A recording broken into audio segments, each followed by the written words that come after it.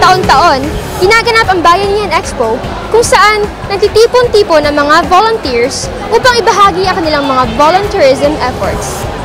Inaalala lang natin ang pagiging bayani ng bawat Pilipino. At syempre, yung diwa ng bayanihan na gusto nating ibalik sa bawat isa, bawat kabataan.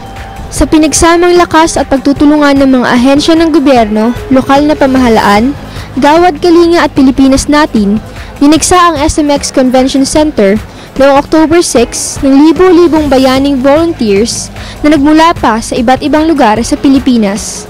Mayroon ding live performances mula sa Ryan Cayabyab Singers kasama si Maestro Ryan Cayabyab.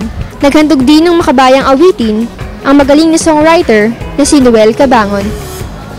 Siyempre, nakijam din ng iba't ibang banda na nagpakita ng kani-kanilang mga talento.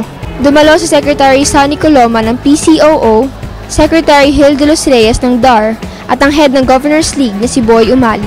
Sila ay nagbahagi ng kahalagahan ng pagkakaisa at pagtutulungan sa ating bayan.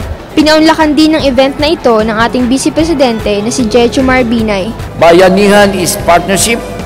Bayanihan is sustainable communities. Mga kababayan, sa bayanihan walang naiiwan. Sa bayanihan lahat nabibiyayaan. At syempre, bidang-bida rin ang paggamit ng social media dahil may mga nagpadala ng live tweets at comments via Twitter sa hashtag na Pilipinas Natin. Totoo ngang buhay na buhay pa rin ang diwa ng bayanihan sa Pilipinas. Dahil na rin yan sa mga kabataang tulad ko na simbolo ng pag-asa at pagkakaisa. Tunay ngang walang imposible, walang iwanan kung magtutulungan para sa Pilipinas Natin.